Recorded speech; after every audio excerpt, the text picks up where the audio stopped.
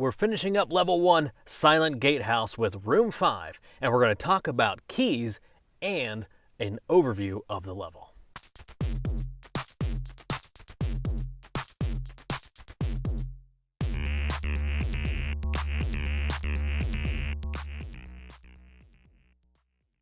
So room 5 is going to be the gatehouse itself, but it's going to be destroyed, just almost pure rubble, all the walls falling down. So I've drawn out this kind of layout of the gatehouse. You can see where there's a lot of stones.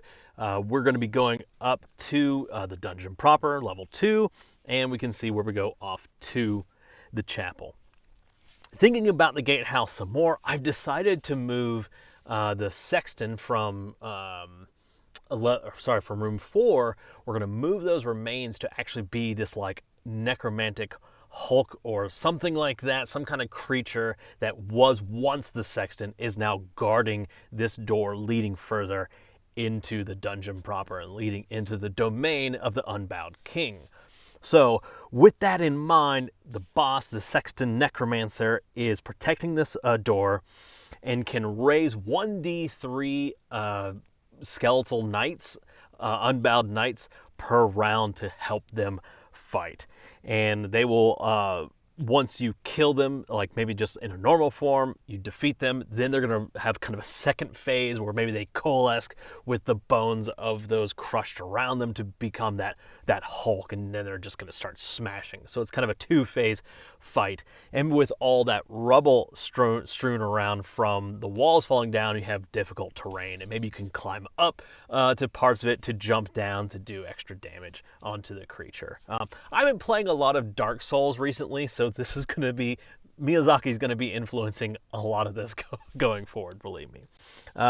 So that's how I see room 5 playing out. And then we're going to move into level 2, which who knows what that's going to be. We don't know until we roll for it. So then let's just talk about an overview of this whole level of the Silent Gatehouse. So I've just decided to go through and just kind of write a bunch of notes to myself, and maybe some things I want to revisit or things that we've kind of thought about after the fact, after we've written things, and just trying to get it all into one place.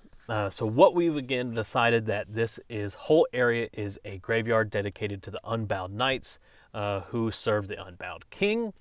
And there was a festival being celebrated here at some point. I don't know. I'm still actually now not certain if I want it to be an old festival or something that was recent and people rushed away from maybe when these knights started rising up from their grave. But whatever reason, the players are here dealing with it. I've also decided that the final door to get past it requires 5 swords of these Unbowed Knights, which the Sexton Necromancer will have 1 of those swords. Now, where are the other 4? They could be in the chapel where we had those animated suits of armor from the knights, or they could just be any swords throughout. This is where we're going to talk about keys. This is something I talked about last video and I picked up from Money Cook Games, and that's when you have key items that you want the players to find, you don't necessarily have to have them in particular places. You can decide that they could end up in any number of locations in that level and just distribute it when it seems appropriate in that narrative.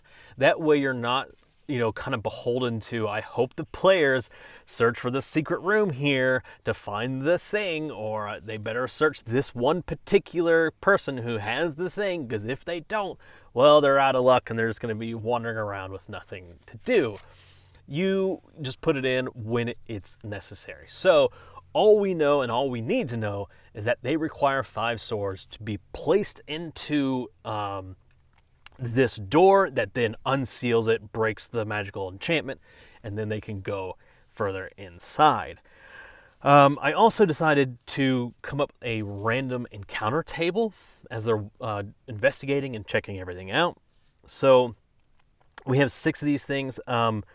If this is, we decide this is kind of a very old and decrepit place, we could have mummified festival goers that rise up to attack the players as they're searching around. They can find carrion slugs that have these large, engorged slugs that are eating all the various bits of leftover flesh and meat and all those kinds of things, and maybe are on the table. They could attack. Of course, just skeletons. That'd be a 3. A flock of ravens could just, scary. Give you a fright when you open a door or something, and it's from the inside of a building where the roof had collapsed, and they all fly out to scare you. A wizard skeleton, I thought that would be cool, just to come across just one that's casting spells at you. And finally, some skeletal dogs, perhaps maybe dogs of war that have now risen up.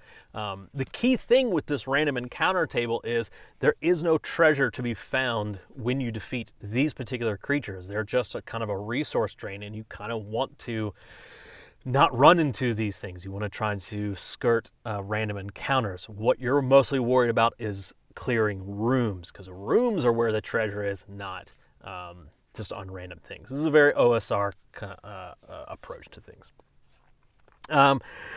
Finally, like I said, we moved the sexton to the inn. Also, looking at my game as is, I want to increase the gold payout for the final room. So it's basically going to be the 3d6 plus the level number times 2. So in this case, it would be 3d6 plus 2. So this is level 1 in gold reward. And finally, they get 3 magic items. That's true for every level that you defeat. The final boss room will have a magic item per player present.